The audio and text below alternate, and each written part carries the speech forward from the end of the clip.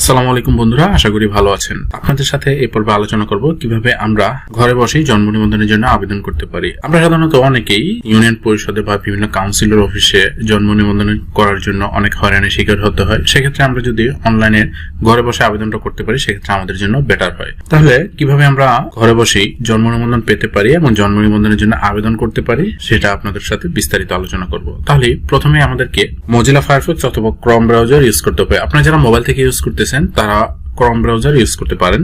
তো সেখান থেকে প্রথমে google.com এ ঢুকতে হবে। গুগলে গিয়ে আমাদেরকে সার্চ করতে হবে। সর্বপ্রথম আমাদেরকে গুগলে ঢুকে সার্চ করতে হবে br.ljd.gov.bd। এখানে লিখে জাস্ট এন্টার প্রেস করার পরে আমাদের সামনে বেশ কিছু ওয়েবসাইট চলে আসবে। সেখান থেকে উপরে যে ওয়েবসাইটটা দেখতে পাচ্ছেন যে রেজিস্ট্রার জেনারেলের কার্যালয়, তো এখানে আমরা ঢুকবো। এটার উপরে ক্লিক করব। ক্লিক করলে এখানে সরাসরি আমাদেরকে রেজিস্ট্রার জেনারেলের কার্যালয়ে জন্ম মৃত্যু নিবন্ধন স্থানীয় সরকার বিভাগের ওয়েবসাইটে নিয়ে যাবে। তো এখান থেকে আমরা বিভিন্ন অপশনগুলো ইউজ করতে পারি, যেমন আমরা বিভিন্ন টাইপ এখান থেকে জানতে পারি যে আমাদের জন্ম নিবন্ধন কি কাজে লাগে, কিভাবে আমরা জন্ম নিবন্ধন করতে পারি, মৃত্যু নিবন্ধন করতে পারি, সেগুলো বিস্তারিত কিন্তু আমরা এখান থেকে জানতে পারবো। এখন আমরা যদি জন্ম নিবন্ধনের জন্য আবেদন করতে চাই সেক্ষেত্রে আমাদেরকে এখান থেকে যে অপশনটা দেখতে পাচ্ছেন বিআর অ্যাপ্লিকেশন, এই অপশনটাতে ঢুকতে হবে। আপনারা যারা ওয়েবসাইটটি খুঁজে পান না, আমি ডেসক্রিপশন বক্সে লিংক দিয়ে দিব, সেখান থেকে আপনারা ডিরেক্টলি ঢুকতে পারবেন। তো আমাদেরকে সর্বপ্রথম বিআর অ্যাপ্লিকেশন এটাতে প্রেস করতে হবে। প্রেস করার পরে এখানে যদি এরকম পটেনশিয়াল সিকিউরিটি রিস্ক দেখায় তাহলে এখান থেকে অ্যাডভান্সে ক্লিক করবেন। অ্যাডভান্সে ক্লিক করার পরে নিচে চলে যাবেন। নিচে গিয়ে এখানে দেখতে পাচ্ছেন যে অ্যাকসেপ্ট রিস্ক এন্ড কন্টিনিউ, তো এটাতে প্রেস করে দিবেন। এটাতে প্রেস করলে আপনার ওয়েবসাইটে নিয়ে যাবে। তো যদি এটা না শো করে তাহলে সরাসরি আপনার এই ইন্টারফেসটা চলে আসবে। তো ইন্টারফেসে আসার পরে এখান থেকে ক্রমান্বয়ে আপনাকে সিলেকশন করে দিতে হবে আপনি যে বিভাগের, প্রথমে বিভাগ সিলেকশন করতে হবে। বিভাগ সিলেকশন করার পরে এরপরে আপনাকে জেলা সিলেকশন করতে হবে। আপনি যে জেলার হন না কেন সেই জেলা এখান থেকে সিলেকশন করে দিবেন।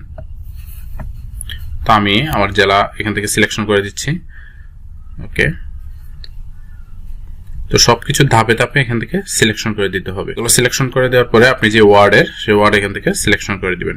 সিলেকশন করে দিলাম। সিলেকশন করে দেওয়ার পরে এখান থেকে জাস্ট পরবর্তী নামে যে অপশনটা দেখতে পাচ্ছেন এখান থেকে পরবর্তীতে ক্লিক করে দিবেন। ক্লিক করার পরে আপনার কাছে মেইন ইন্টারফেসটা চলে আসবে। ওকে, এখন দেখতে পাচ্ছেন যে এখানে ফর্মটা চলে আসছে। এই ফর্ম থেকে আমরা আমাদের নাম, জন্ম তারিখ, মাতা পিতার নাম সবগুলো এখান থেকে টাইপ করে নিব। তো অবশ্যই আপনাকে প্রথম এখান থেকে বাংলা টাইপ করতে হবে। যদি আপনার নাম যা হয় সেগুলো আপনি বাংলা টাইপ করে নেবেন। ওকে, এখান থেকে আমি নাম দিয়ে নিলাম। এখন জন্ম তারিখ আপনাকে আগে লিখতে হবে। তারপর যদি লিঙ্গ পুরুষ হয় তাহলে পুরুষ, আর নারী হলে নারী, এখান থেকে সিলেক্ট করে দিবেন। এখন মাতার নাম লিখতে হবে। এখানে অবশ্যই সবগুলো বাংলা লিখতে হবে। পিতার নাম লিখে দিলাম।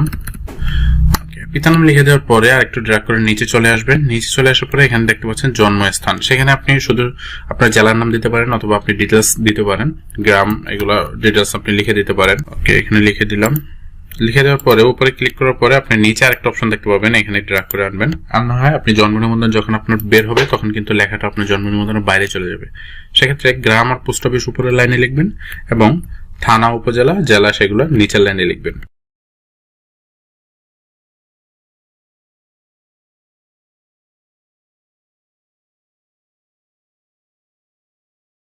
ওকে, এখন আমাদের এটা পূরণ করা শেষ।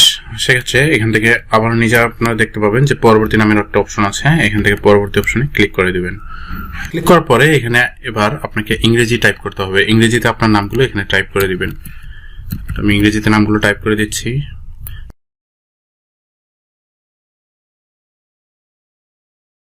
তো এভাবে করে উপরে যে লেখাগুলো লিখেছি, স্থায়ী ঠিকানা, বর্তমান ঠিকানা, সেম আপনারা নিচে টাইপ করে দিতে পারেন। এখানে আমি শুধু শরীয়তপুর লিখে দিচ্ছি।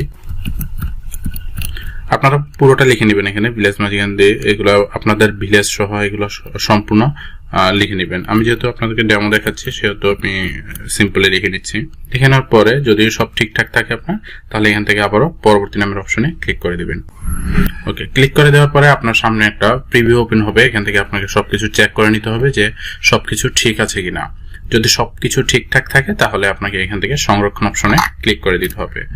তো নিচে থেকে আমি সংরক্ষণ অপশনে ক্লিক করে দিলাম। ক্লিক করার পরে একটু অপেক্ষা করতে হবে। তো এখানে আপনি দেখতে পাচ্ছেন যে জন্ম নিবন্ধন আবেদনটি সংশ্লিষ্ট নিবন্ধন কার্যালয়ে দাখিল হয়েছে।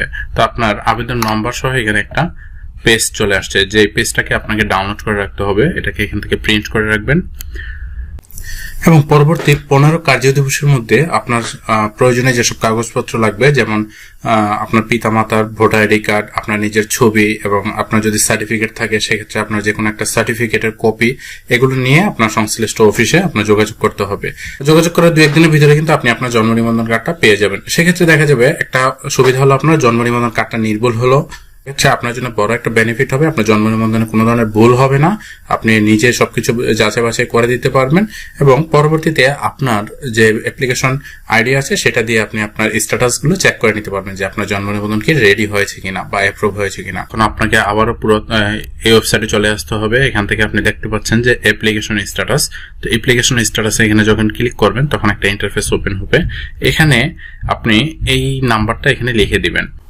আবেদন নম্বরটা এখানে লিখে দেওয়ার পরে এখান থেকে আপনি গেট স্ট্যাটাস নামক অপশনে ক্লিক করবেন, তাহলে আপনি আপনার স্ট্যাটাস দেখতে পাবেন। তো এখানে দেখতে পাচ্ছেন যে লেখা আছে your birth registration application has been submitted to the concern registration and the registration is this process.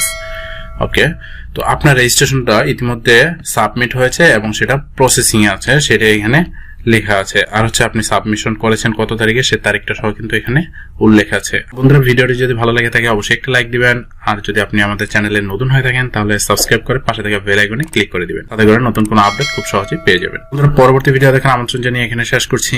আল্লাহ হাফেজ।